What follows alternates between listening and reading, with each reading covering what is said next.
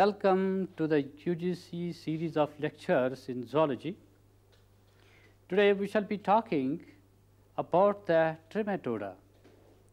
The trematodes are leaf-like organisms which are flattened in shape and belong to Platyhelminthes phylum.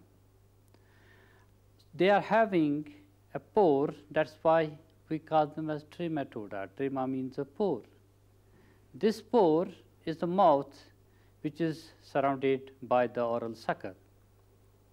The oral sucker is the attachment organ which is having the muscular setup to attach itself to the substratum.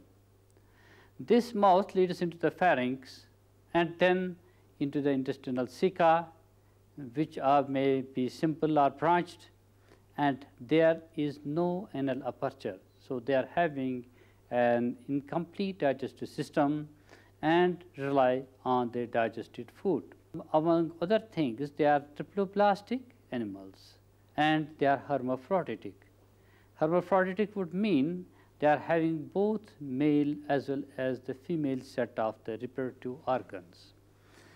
Then they are having the excretory system, which is having a pulse, which is comprised of a pulsatile vesicle towards the posterior end connected to the certain tubular structures which traverse the whole body.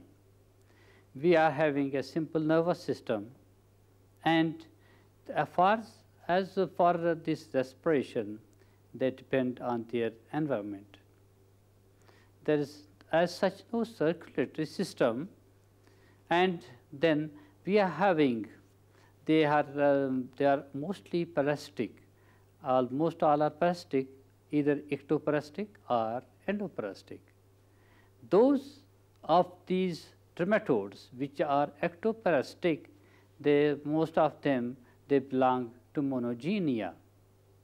The monogenia, they have the hooks by which they attach themselves to the animals for their living, for seeking their food. So generally they are found on the fishes. Whereas in Diogenia, we are to find the trematodes which are having an oral sucker and then the posterior sucker or the acetabulum. These are found generally in the gastrointestinal tract, liver, sometimes in lungs, and sometimes other organs of the body. We shall be dealing with such a trematode which is found in man and animals, which is known as Dicrocilium dendriticum. This trematode is a few millimeters in size and lodges the bile duct of man and the animals. They produce eggs while they are in the bile duct. These eggs are passed through the bile duct into the gastrointestinal tract and are passed out along with the feces. These trematodes are very simple, small, leaf-like. They are having the oral sucker, the ventral sucker, they are having the digestive tract, they are having the testes and the ovaries, and then they are having the vitelline glands on the lateral sides. Then for their life cycle, they are dependent on the intermediate hosts. When the eggs are passed out with the feces of man or an animal where it lodges itself, these, while reach in water, they produce miracidia. They hatch out and small larvae come out in the form of miracidia, which are having cilia on their body. With the help of these miracidia, they move freely in water, and on finding a suitable snail host like Sabrina, they attach itself, it is soft body, they lose these cilia, enter its body, and then settle down and start producing sporophysts. the first generation of sporocystis, then the second generation, and then they produce the redia. These sporocystis have the tendency, they have the germinal layer inside, which produces many redia. These redia come out in the form of, they form the cercaria. These cercaria, when they develop fully, they come into their respiratory organ of these snails, and where they are mixed up with the slime. So while this snail walks down on the grass, it develops, it throws it small ball-like structures which are known as the slime balls. These slime balls, because they have an aggregation or a conglomeration of hundreds of such of these larvae. Now these cercaria, now they are in the slime balls and they are laid on the grass blades. We see that a type of ant which is known as Formica Fusca. The Formica Fusca, or the red ant, takes these slime balls as its food.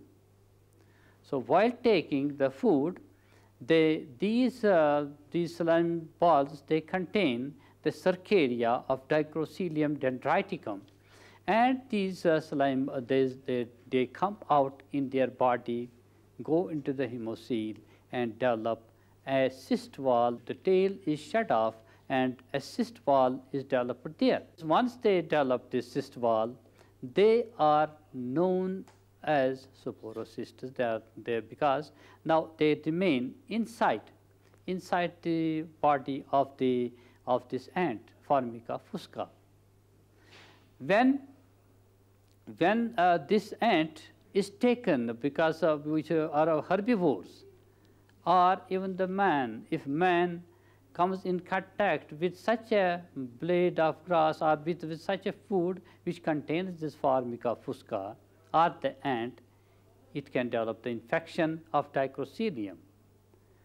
The animals, our herbivores, generally while walking down on the grass, they go on taking their food, the grass, along with these Formica Fusca, the ants. These ants have the miniature of these Dicrocilia inside, which are cysted in a cysted condition. Once they take these Formica Fusca, the ants, they are hatch out. By the secretions, the cyst wall gets dissolved and the small embryo comes out. This penetrates through the wall of the duodenum, and then they may reach directly to the liver or the bile ducts, and then they lodge themselves in these bile ducts there. While they lodge themselves in these bile ducts, sometimes they may go even in the pancreatic duct also. So one can suffer from the biliary disease or pancreatic disease by having the infection of these Dicrocilium dendriticum.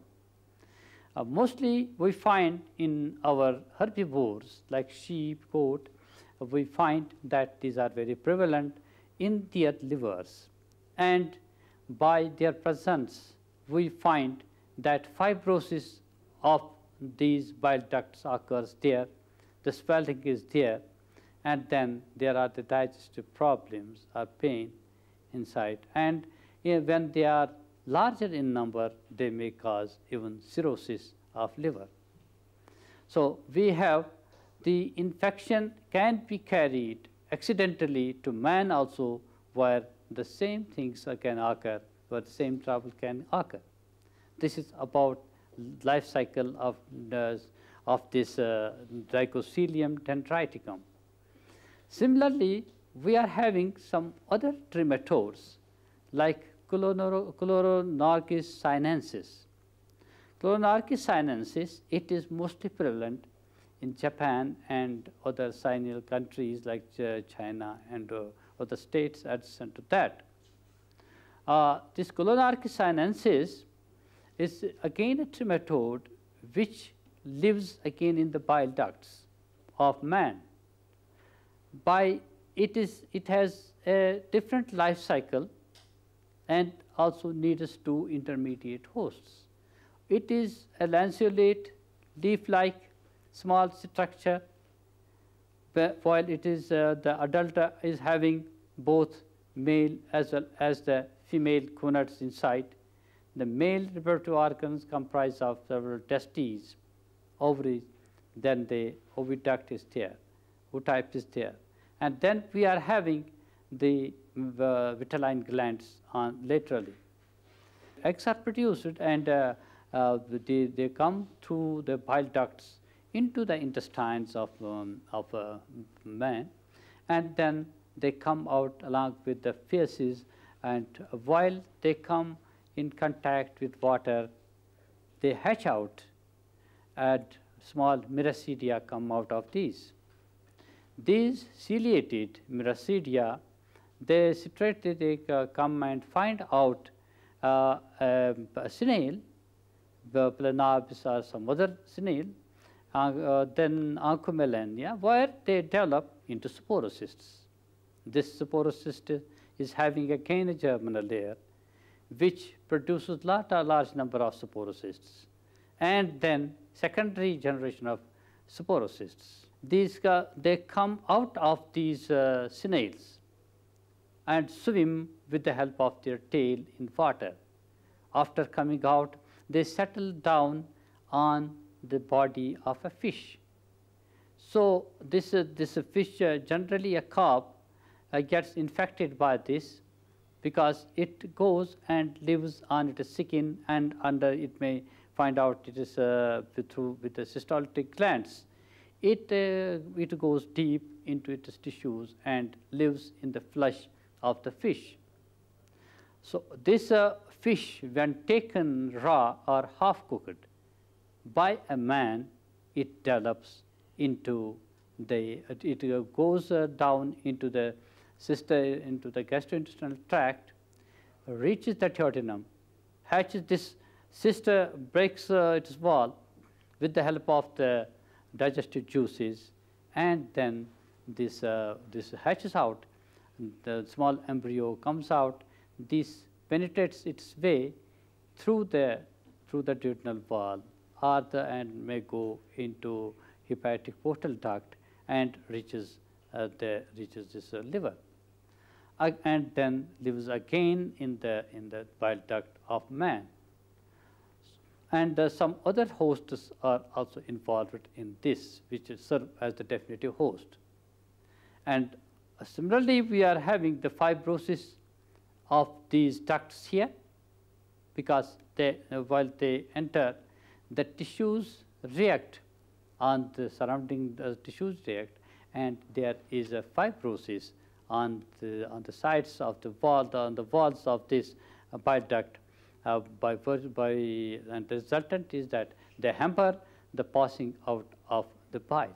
They mature there, and they produce the eggs. And these eggs are again passed out through the bile ducts into the intestines, and they are brought out along with the feces to the outside. This way, they complete their life cycle. So we are having different types of trematodes which are found, digenetic trematodes, which are found very prevalent in animals, in man, and we see before this we have seen that fasciola hepatica or fasciola gigantica, fasciola hepatica, that lives in the liver of generally herbivores, and man can accidentally become a victim of this infection. And fasciola gigantica lives generally in the small intestines of man, and they are in large numbers and can produce the effects like fibrosis, and then they may also cause the tissue degradation while they become large, because they attach themselves with the help of the suckers there. And this way, they may produce a lot of mucus is produced. Sometimes even the bloody secretions are there. This is about this Fasciola gigantica, and we have seen that the life cycle, although varies in some respects, but they are having the intermediate hosts, mainly the snails. Sometimes they may be Bolinus, they may be Ancomelinea or some other snail, and different types of trematodes. They may be having the secondary intermediate host, like fish, or sometimes this may settle down. The cercaria may form a metacercaria either on fish body, or it may settle down on grass, and by taking the infective grass, by taking the infective fruit, by taking the infected fish, one can develop the infection by these trematodes. This way, they complete their life cycle, and they also cause pathogenicity on the animals. By virtue of this, they are very important. With this, we come to the conclusion of today's lecture. Thank you.